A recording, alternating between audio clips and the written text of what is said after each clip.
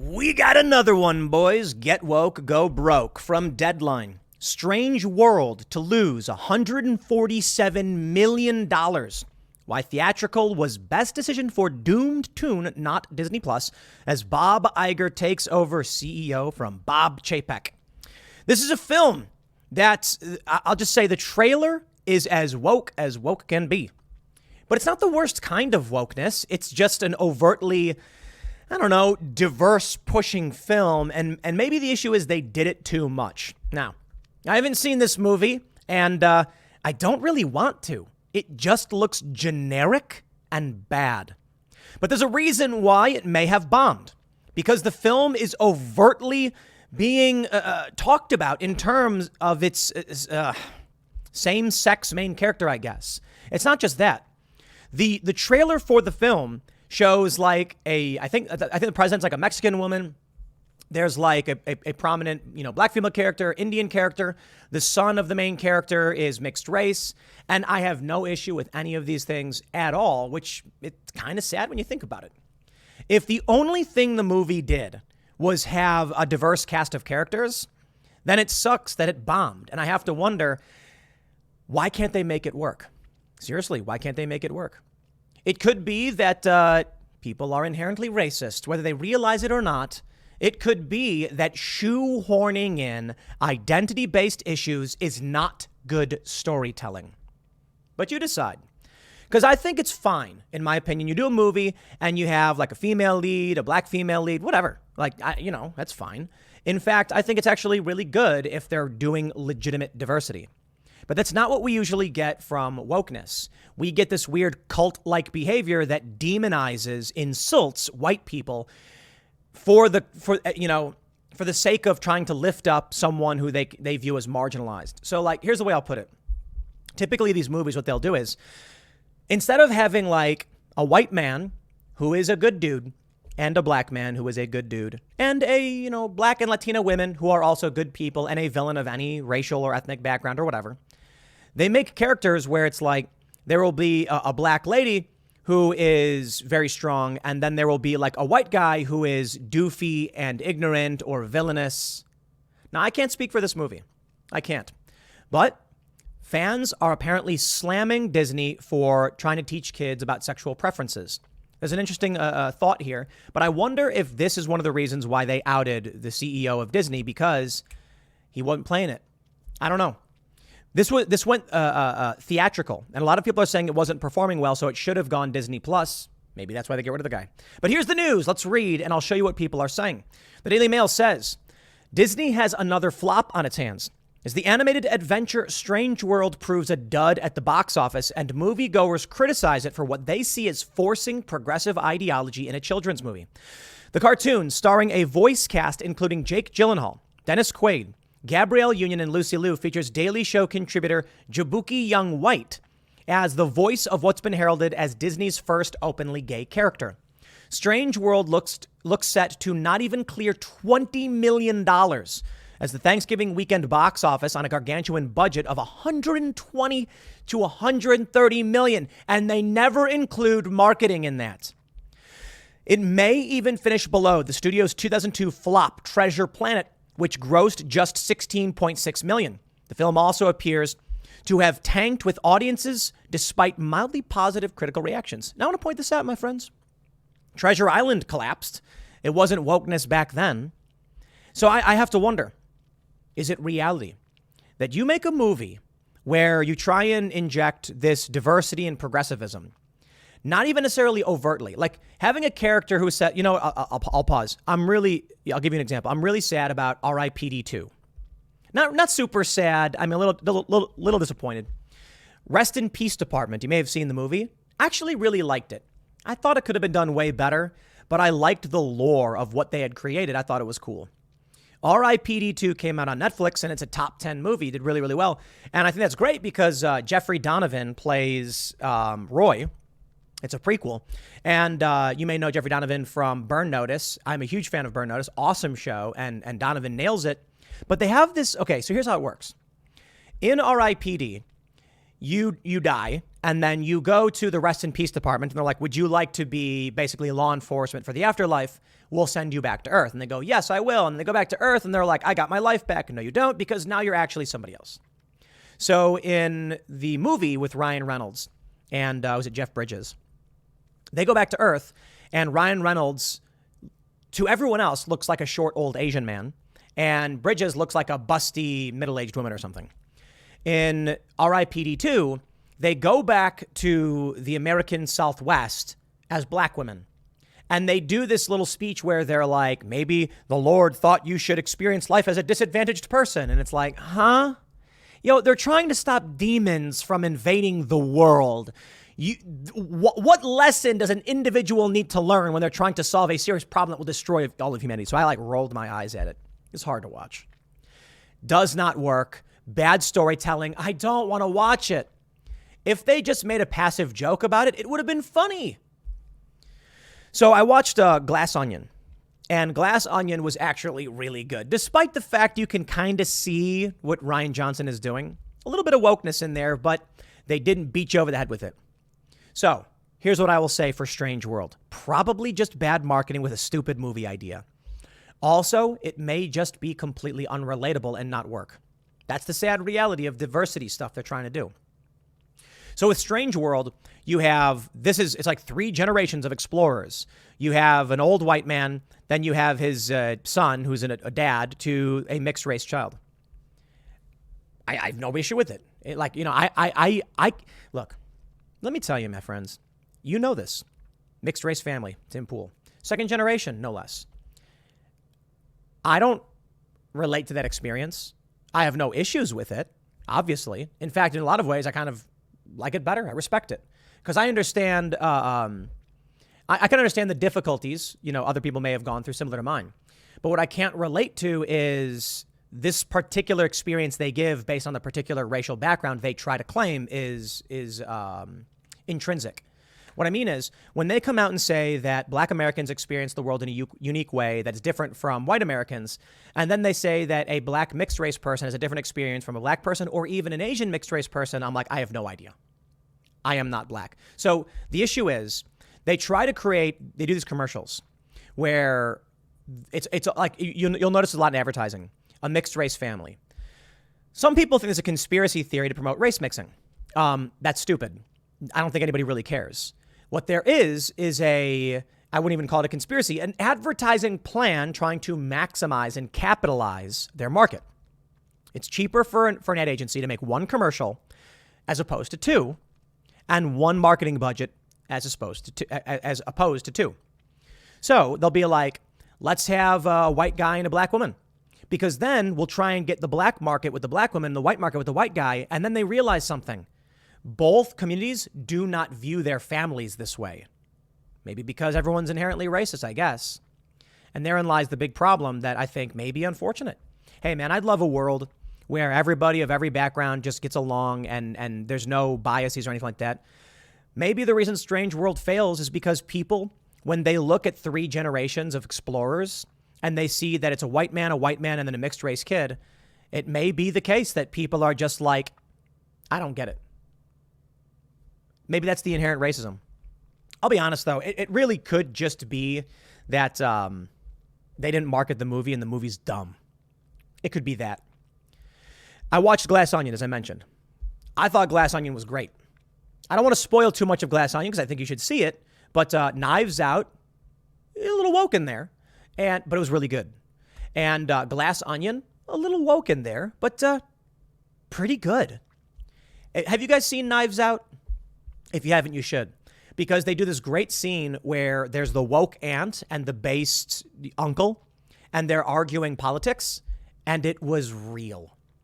What you'd expect from a woke movie is the woke character to be like, I'm just tired of poor marginalized people being victimized. And then the MAGA person being like, so what? Our race. But that's not what they do. Actually, Rian Johnson did a good job of this, and I'm impressed because I thought he brutalized Star Wars. But maybe on purpose. With Knives Out, you have this woke student who actually turns out to be self-interested and ruthless. It's an older movie, so I don't mind spoiling it, but you've got this illegal immigrant housekeeper or whatever, this rich waspy family, half like the half, one part of the family is woke, the other side is like MAGA, alt-right or whatever you want to call it. Not really alt-right, but maybe more like Groyper or something. And you have this young college girl be the friend of the illegal immigrant, but then, of course, betray her for money and say, it's my money, I want it, it's too bad. Like, all of that virtue signaling in the end was just like, sorry, I'm more important. And then you have like, so there's a scene where the aunt and the uncle are arguing, and the argument was like, it's fair. Maybe not a perfect representation of like the most intelligent of people who argue these points, but I thought that was great. And I'm like, I think he actually does wokeness right. Don't demonize the other side, explain the other side, and let people figure out what they think makes more sense. Now, you of course, these movies are trying to influence, so be it. That's what happens. But with Glass Onion, I don't want to spoil too much, but it's if you've seen the trailers, then I'll give you the gist of it. Murder mystery, billionaire, a group of friends on an island, and it's like, spoiler alert a little bit. So you're being warned, if you want to see Glass Onion, here's a spoiler alert a little bit. There's a little bit of wokeness in there, but I'm only going to lightly touch upon it. There's a white man and a black woman who co-founded a company, and there's animosity. I'll just put it that way. And there's an element of wokeness, but it doesn't matter what the race is. I'll try and be vague, and I'll just say it this way. If you do a movie where it just so happens that a character is a black woman, but the story makes sense and works, that's great. And Glass Onion works really well, and it's really funny. I think Rian Johnson did a great job with this movie. And there are some eye-rolly things, but it works. And Daniel Craig is awesome. I hope they do more of these, because I can't remember the name of the detective, but it's like this Southern New Orleans French detective, and it's a whodunit. It's really well done. A great cast of characters. He's done it with Knives Out and with Glass Onion. You can put woke stuff. And I'll put it this way. I don't like using the word woke. Diversity. Real diversity, good thing. And what I mean by that is like characters that represent different groups of people and are honest and true to their characters without disparaging them or making them look stupid. I haven't seen Strange World, and I'm not gonna. But maybe this is why it doesn't work. Maybe this is why it doesn't work. People are saying, get woke, go broke. I mean, this is crazy because it's going to be a $200 million plus loss. Here, End Wokeness says, get woke. Brianna Wu tweets, if you though conservatives, what does that mean? If you thought conservatives freaked out over Lightyear, they're going to ish the bed over Strange World, which is great. Main protagonist is gay. Older people don't find it remarkable. Biracial marriage. Almost no one is white. Climate change metaphor. Even the dog is disabled. The broke. Strange World Disney $180 million movie featuring gay teen romance flops at the box office and is lowest rated House of Mouse flick in 31 years. Lightyear tanked. I gotta wonder if there's a conspiracy to actually promote wokeness, but then like destroy it or something. Because Ghostbusters, the all-female reboot, sucked. And then when you come out and you're like, hey, this movie's bad, they're like, you just hate women. Like, no. Kristen Wiig's actually really great. That movie was just terrible. You have Buzz Lightyear. Have y'all seen that movie? Holy, it is bad. I'm sitting there thinking, I heard the movie flopped, but it's a Disney movie. Or is it a Disney movie? It is Disney, right? No, I don't know. Maybe it's not Disney. Is it Toy Story? Whatever. Pixar. I was like, I bet it's not really bad. I bet nobody just wanted to see it because it wasn't marketed properly. So then I played it, and it was like nightmarishly bad. It was dystopian, nightmare movie bad. It was like walk out of the theater bad. And there is a lesbian romance in the film that's passively in it. Whatever. It doesn't really mean anything to the story, but I don't think that's the reason nobody saw it. I think people didn't want to see it because, well, some people went to see it and said, holy crap, this is terrible, and then didn't want to see it. It's kind of crazy to think, no, like, Lightyear should have done better. Even if the movie was bad. I bet they assumed, like, it's Buzz Lightyear, it's going to do well no matter what. Maybe it really was the press about a lesbian relationship. Maybe this country, which is predominantly white and Christian, was just like, well, I don't want my kids seeing that.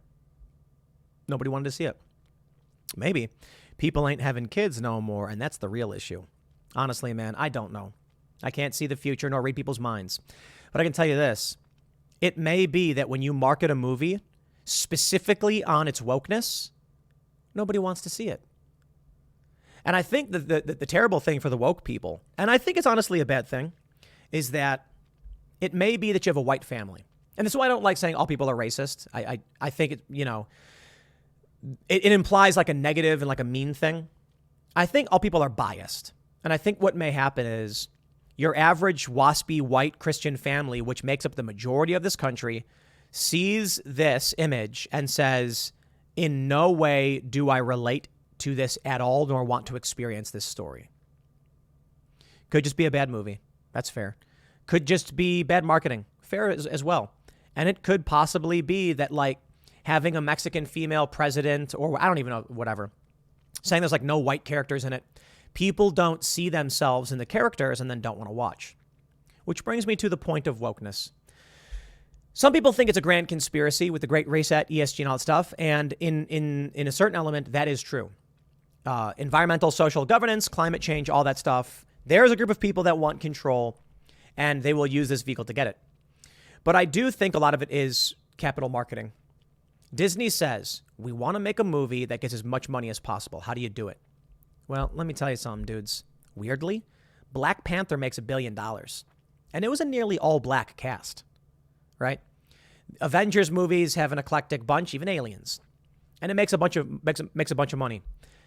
Black Panther 2, Wakanda Forever, was a diverse cast and particularly racist. And it's not doing well. Let me put it this way. It's making a lot of money, but the projections are down and they're surprised it should have made more. And I wonder what it is. Seriously, what is the component? I think these businesses are thinking, we do a mixed race kid and white family, and then what you'll end up with is white people will come and see it for the white characters, black people see it for the black characters, mixed people for the mixed characters, and then we'll have this diverse utopia. But then you realize, when you look at the data, white liberals are the only group of people with an out-group preference. Latinos would prefer to be around Latinos. Black people would prefer to be around black people. Asians would prefer to be around Asians. White conservatives prefer to be around white conservatives. And white liberals prefer to not be around white people. Well, how does that manifest when it comes to movies? Woke people do not make up the majority of this country. It's probably 8 to 12%, depending on what year they did the data. Those people may go see this movie. Congratulations. They made like 17 million. Yeah. There was that movie Bros with Billy Eichner. Is that his name? It was a gay romantic comedy, and it bombed. And he went out and said, please go see this movie to prove that you can have gay movies. And it bombed. Why? I'll tell you this. If you want to tell jokes about doing a gay orgy, I don't care, dude. Do the jokes. I don't get it. It's not funny to me. Some jokes are funny to a lot of people. You know, puns used to be like the epitome of humor. Like pun jokes. Amazing. Just a play on words and people would just laugh hysterically. Like, you used a word that meant something different to mean this and then, You know. The easiest one is the word right. Like, this movie clearly didn't make it because it wasn't right enough. You know, that's a terrible one, but you get the point. Like, it's not right to do this. I'm not good at puns. I'm not going to pretend to be. But you get the point. Used to be the epitome of humor. So when Bros comes out, they have this scene where the dude is like with another guy, and then it zooms out, and it's a gay orgy. And I'm like, bro, that is off-putting to me. Not funny to me. I don't care if you go and do that, but who wants to go see that? Do women want to see this on average? Probably not. Do men want to go with their wives to see it? Probably not. Women aren't going to relate to dudes hooking up, and dudes aren't either. So why did the movie bomb? Because no one can laugh at something they don't understand. Which brings me to the forced diversity stuff. It's like forcing a meme. It's like trying to make something into a meme. You can't go to the culture and say, this is your culture now, because people say, what are you talking about? Over time, the pressure may have an impact, especially in the younger generation. But I don't think they even find this stuff funny. There are stories, there are legends, and there are things we relate to. But let me tell you who understood this. Christians. Why? Well, there's pictures of Jesus as a Japanese man. There's pictures of Jesus as a black man. There's pictures of Jesus as a dark-skinned Arabic man. And, of course, as a white man. In the lore, they always made Jesus look like them. And I typically don't find Christians that really care all that much about it. Like, there's people who post the image. I love posting Japanese Jesus. And I think Seamus talked about it. He was like, yes, people depict the Lord as what they are. Like, it makes sense. They want it to be relatable. They want people to look at it and feel like it's them. But if you look at a picture and you see something that doesn't look like you at all, and none of it represents anything having to do with you, you don't understand it, you're not interested in it. Maybe that's a bad thing. Whatever. But this may be one of the big reasons these companies are imploding and going under and firing people. Because get woke, go broke, man. It's real. Look, I understand these businesses want to maximize their market. They know that the white population is decreasing, the Latino population is increasing, so they're trying to create this diversity stuff. They're trying to market it. I don't think it'll work. That's what they probably tried doing with Namor in Black Panther, having like Central American characters. His name is Namor. It's Spanish. Despite the fact he's Mayan, we get what they're doing. They made a lot of money because it's a Marvel movie. And so there's a vehicle for this. You know, they can do that kind of stuff. But it was so cringe in Endgame when you had Captain Marvel grab Thanos' hand and be like, smirk and push him down. And then he grabs the Power Stone and punches her like, we get it, women are strong. It was so cringe. It was an undeserved Mary Sue moment. You need to develop a story. Maybe you can't. I'll leave it there. Next segment's coming up at 4 p.m. over at youtube.com/TimCast. Thanks for hanging out, and we will see you all then.